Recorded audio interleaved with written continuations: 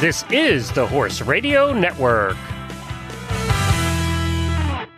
This is episode 53 of the Wisdom by WESA show on the Horse Radio Network.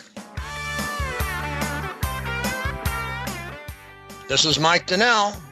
I'm Casey Wilbanks-Coletti. And this is Sophia Aguilar. Welcome to Wisdom by WESA on the Horse Radio Network. This podcast is brought to you by the Western and English Sales Association, WESA, which provides the world's largest trade events for retailers, manufacturers, and sales representatives of the equestrian industry. In this podcast, we feature exclusive interviews with noteworthy Western and English personalities, retailers, and exhibitors who you've always wanted to talk to. Don't miss out on all the news for manufacturers and retailers in the equine industry. We are less than 4 months away until the WESA debut at the DMC finally kicks off. Sophia, have there been any recent changes to the program? Yes, so actually just a week ago, the DMC decided to move our fashion show, which will be on the first night, which is Thursday, and the party afterwards as well, and to move that from the World Trade Center to the Trade Mart, so just next door. And that's just because the space is bigger and allows for social distancing, just in case, since we don't know what it'll actually be like in January. So once the retailers are done placing the orders on WESA's 11th and 14th floor of the World Trade Center, they can just head over to the next store, to the Trade Mart, and join the fashion show and the party. Speaking of retailers, today we will be interviewing WESA's Top Hand Award winner in the retailer category, so tell us more. Yes, so we interviewed the top salesperson last time, and now we get to talk to the top retailer. So the Top Hand Award, just like you just mentioned, goes to one of WESA's retailers or the buyers, and it's given out to recognize contributions to the equestrian lifestyle as industry friends or advocates. And so the winners will also be recognized at the January trade show, like we've mentioned last time, at the ceremony, which will now also take place at the Trade Mart following the fashion show. There's a lot for folks to do when they visit Kleinschmidt's Western store in Higginsville, Missouri. If you want to buy boots, there's 30,000 pairs to choose from. If you're shopping for clothes or tack, the store carries close to 200 leading brands.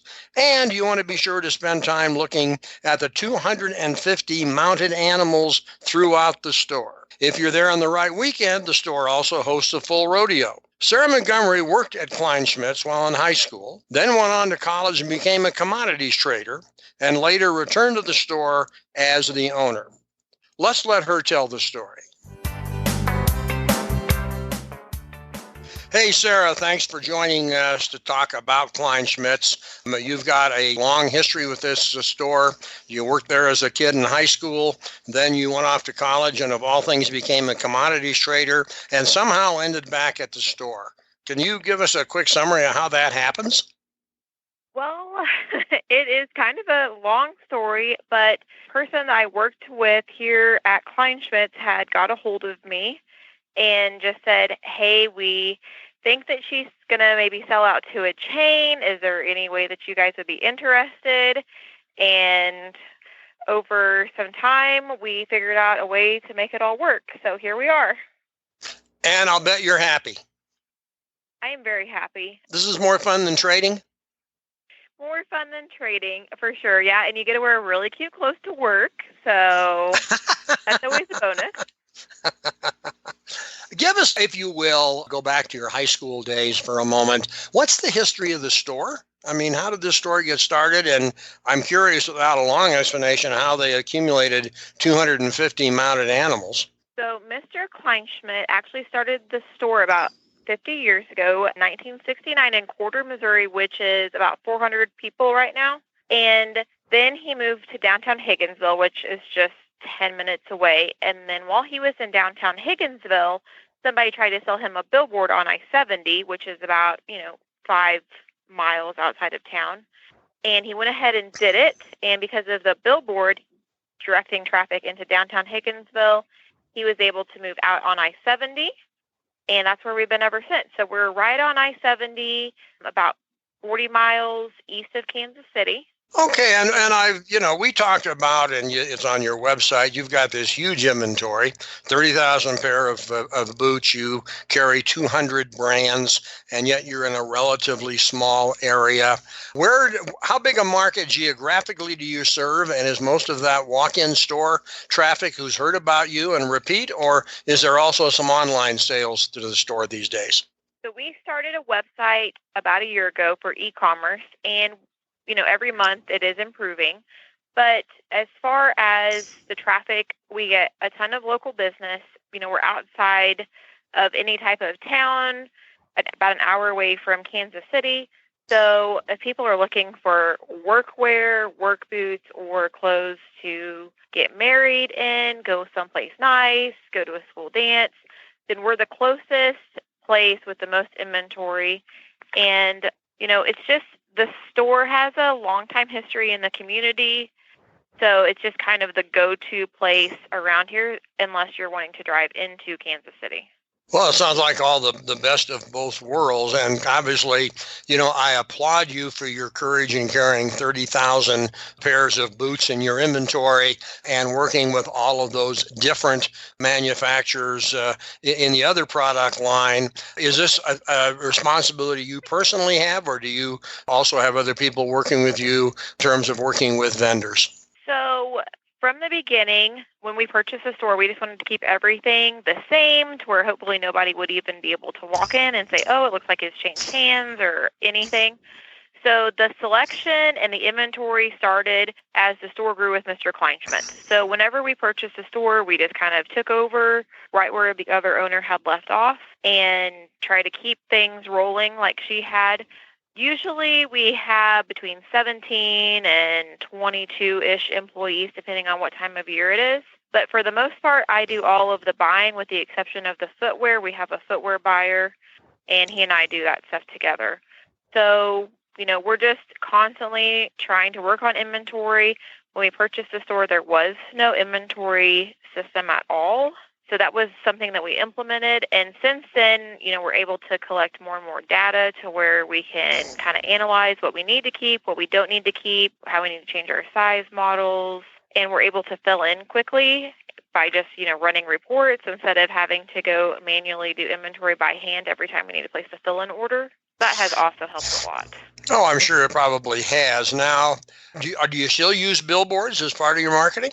Still use billboards. That's probably the number one thing we do here whenever someone comes in with our inventory system. Now, we have a CRM program to where customers come in, we get their phone number.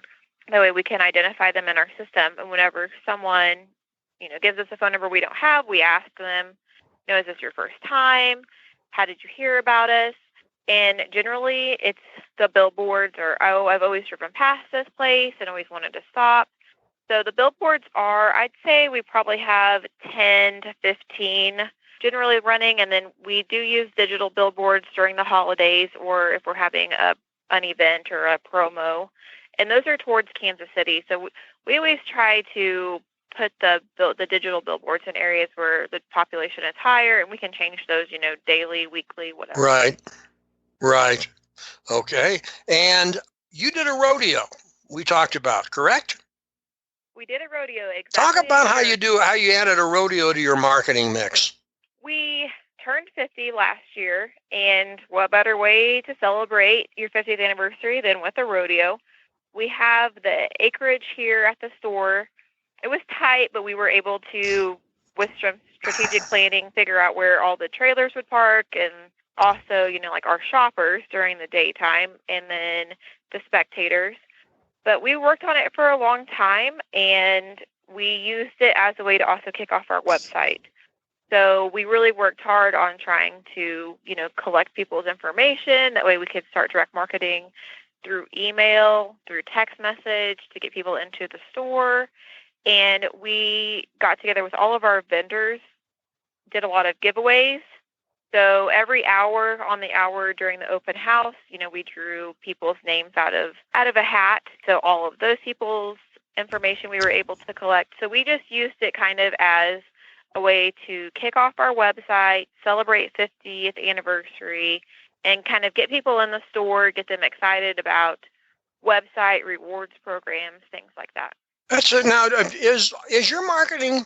Did you study some marketing when you were in college, or is the marketing just intuitive to come to you? Because it's really fairly sophisticated with signs, with special events like rodeo, with online.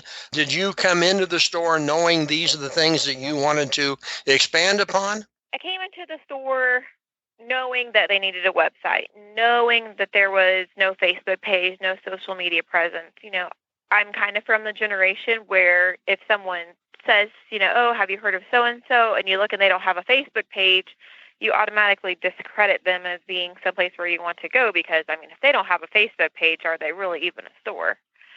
So that was something that we started working on immediately, and the website took a lot longer because we had to get our inventory system up and running first, had to get 90,000 items tagged, in the inventory system. And then we had to go through and pick and choose what are we going to put on the website. And then whenever I'm doing my buying, I also kind of pick and choose, is this something I'm probably going to put on the website? Because we honestly don't have the manpower to get everything on our website. Well, and your inventory turns too. Right, which is obviously the goal. But as far as, no, I wasn't thinking I was going to be in marketing. I, went out of college into an agriculture field, which you kind of have to, I guess, make for sure people know that you exist. So there was, I guess, social media and stuff like that. But as far as marketing, I do have a really awesome lady that helps me get some of that stuff, and then I can just kind of fire away ideas at her. And she's a lot more tech savvy than I am, so she just takes what I give her and runs with it and makes beautiful graphics and things like that for me.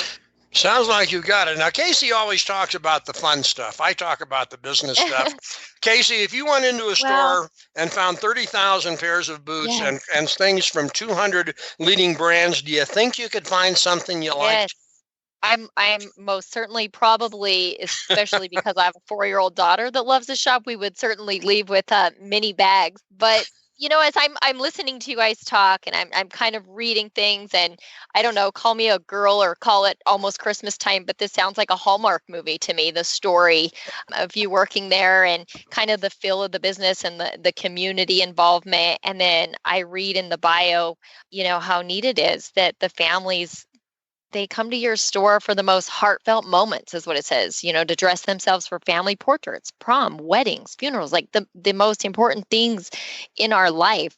And then I find the uniqueness that you used to work there and now that you're the owner. And so I just want you to touch a little more on the community involvement, not just from your side of it, but also from the customer side of it. It really does sound like a family oriented customer business. Very family, and my favorite thing about Trading Green was my customers, and then of course now I have lots of customers, different customers, but there really isn't anything better than, my family I take with me to market. I have 3 kids now and my husband, we all go to market together, and my little girl sees boots and she picks them out, and I think, well, if my little girl picks them out, there's probably lots of other little girls who would pick those. So we all just kind of get together, play off of each other. Do you like this? Would you wear this? And, it shows up at the store. We get re-excited about it once again. It goes out on the shelf. Yes. And then there's nothing better than helping a customer get something for their wife or their kids or their grandma. And then we offer free gift wrapping. So at Christmas time, I have a bazillion other things that I should be doing, but I really enjoy helping the customer pick out that perfect gift, and then I like to wrap it myself, and that way I just know everything's boxed up perfect, give it to the customer, and then, I always wonder on Christmas Day, like, oh, I hope that they really liked that, because we travel with the item almost, from the beginning, from picking it out to sending it out the door. My dad plays Santa sometimes on the weekends, so it's just really fun, and then I have customers now who will call me, and they're like, hey, my wife was in there, which I would know her name, so-and-so was in here, and she really liked the vest. Can you figure out what size you think she would get, and then can you have it ready for me, and I'll swing by and get it.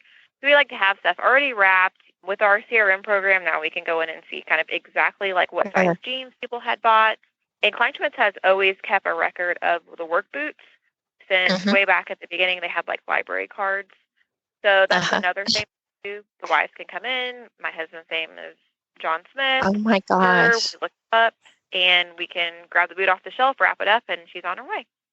You don't realize it, but you are the star of your own Hallmark movie. This is a Hallmark story. It really That's is. Funny because I'm obsessed with Hallmark channels. I so am I.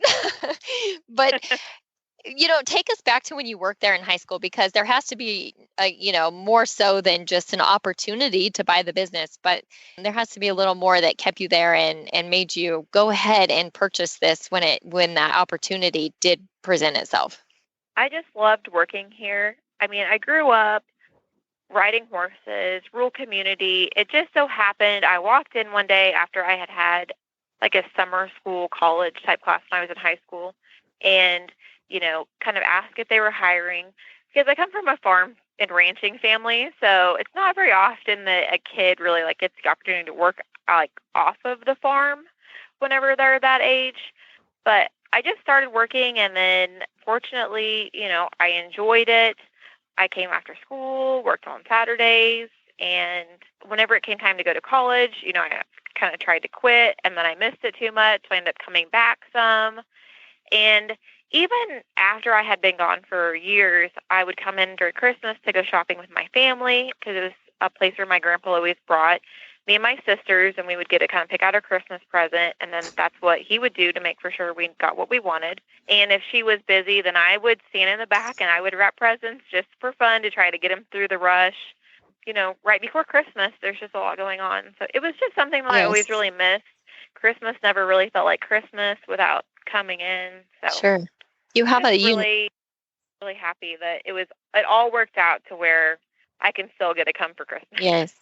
And 50 years, and it's a unique story because you've been able to keep that old time feel with also bridging the gap in between, the new marketing, the new age marketing, social media and your website. And so that's really special, and that's really unique. We don't see that every day. Sometimes you usually only get one without the other. So it's really neat you were able to keep that feel and also be able to keep up with the times of marketing as well. Well, and I was going to mention as well, I mean, no one runs a successful business without challenges. And clearly in your business and many businesses, earlier this year, there's a challenge raised its ugly head called COVID-19. And I'm curious as to how you looked at, approached, and dealt with that challenge. Well, when it kind of first started, going back to my trading background, we all kind of saw the stock market kind of start heading downward before it even got to the Midwest, before anybody in the Midwest even was taking anything seriously. So from that, we always red flags. We kind of started holding off on reordering some things. We just kind of wanted to see what happened. And then I had told my employees after it kind of started to get serious, hey, if there's any way we think they're going to shut us down or anything, I want you guys to know your job is secure. I will continue to pay you guys for as long as I possibly can. If they were to shut us down, we're just going to all have to work together. Fortunately, they didn't shut us down because we have essential items with steel-toe work boots, FR clothing. But a lot of my employees decided to stay home, which was fine because I wanted everybody to be safe. But the biggest thing I think I took away from it was to not take the customers for granted, because we have several customers who come in a day, well over 100 per day. And it got to where there were times when there was no customers in the store, which was a very strange feeling for us.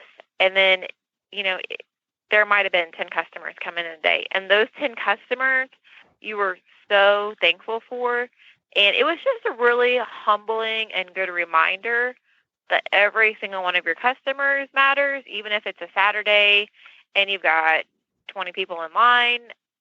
It was a good reminder that every single customer that comes into the store needs to get the same amount of attention and the same amount of appreciation as we were giving those 10 customers a day. Well, I think you If you ever want to go back and teach college, I think you could teach a retailing course and a customer service course from drawing upon experience because, this is the way that I would think most good retailers would approach this, but you sensing it in advance and being mentally prepared for the fact this might happen. And what a wonderful thing to tell your employees that they're taken care of for as long as you can. And my guess is they were so grateful. And I think your customers are grateful you were still there. We got a lot of phone calls, hey, are you guys still open? Can we come in? And, even now we're doing everything we possibly can to keep people feeling comfortable. Anytime we can open the doors, let fresh air in. So, we live really close to Kansas City, which is a metropolitan area. And I live like halfway between Kansas City and the store. So it's just a really nice feeling to come to Kleinschmidt's and everything be the same. So we do have to, as employees, wear masks because of the county mandate. But other than that, everything is the same. So, there's no big plexiglass. Nobody is afraid to touch. We do try to follow all the CDC guidelines, but we're still not afraid of each other. And we still want to help people and chit chat. And if someone comes in and wants a drink of water, or if someone wants help with their boots, getting them on or off, or, anything like that, everybody in the store everybody and the customers are normal, I say. It's just nice to come to the store, and it's a break from politics and COVID and everything. It just still feels like home to me. I think it's a great story. I think you've done a marvelous job when you gave up the life of a trader to move back into a very fine, well-established retail business. And I think our listeners are going to be impressed with the way that you approach your business and your company and the way you approach life in general. Well, I appreciate that. Most days you don't really know if what you're doing is right or not right, but you just keep doing what you think is right and hope it works out. Well, I think it certainly did. And we thank you for taking the time from serving all those customers and buying all that merchandise to talk to Wisdom by WESA. And I'd mention just before we go, this is the Wisdom by WESA show. You chatted a little bit about going to market, but your relationship with WESA and how it helps a retailer like you. I think it's just great to go and see. It's good to see everybody.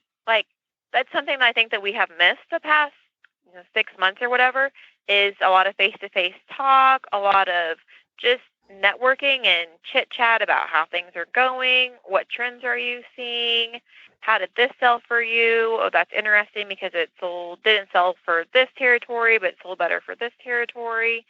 That's one thing that being in a rural area, I don't have a lot of networking or other stores that I really talk to or to compare with.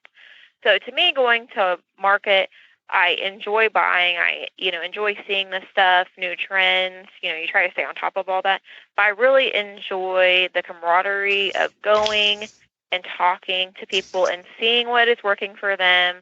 And, just hearing, I guess, how other stores are doing, because my store is a little different with being on the highway and being in the Midwest. It seems like we are behind on some things, ahead on some things. The craziest things work here. So it's just really interesting to just go and network with people. Well, we're glad to hear that. And again, we thank you for taking the time out of your busy day to be a guest on Wisdom by WESA. I appreciate it. Thank you, guys. You bet. The show notes and links from today's show can be found at the website wisdombywesa.com. And of course, we'd always like to hear your feedback. There is a contact link on that website to share your thoughts and suggestions. The Wisdom by WESA show will be published on the 15th and 30th of every month. You can listen on most of your favorite podcast players, and you can also listen on the Horse Radio Network app on your iOS or Android phone. You just search Horse Radio Network in the App Store. It's free and it's super easy to use. Be sure to visit all the great shows on the Horse Radio Network at horseradionetwork.com. Thanks for listening to the Wisdom by WESA podcast. WESA, where the industry meets.